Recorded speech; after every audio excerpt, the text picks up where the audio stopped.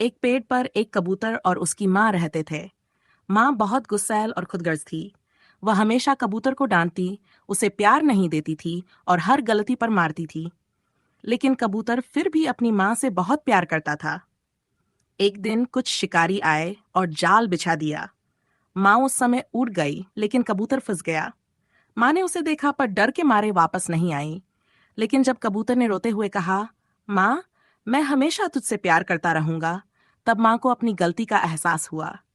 वह छत से लौट आई, अपने पंखों से जाल काटा और कबूतर को आजाद कर लिया।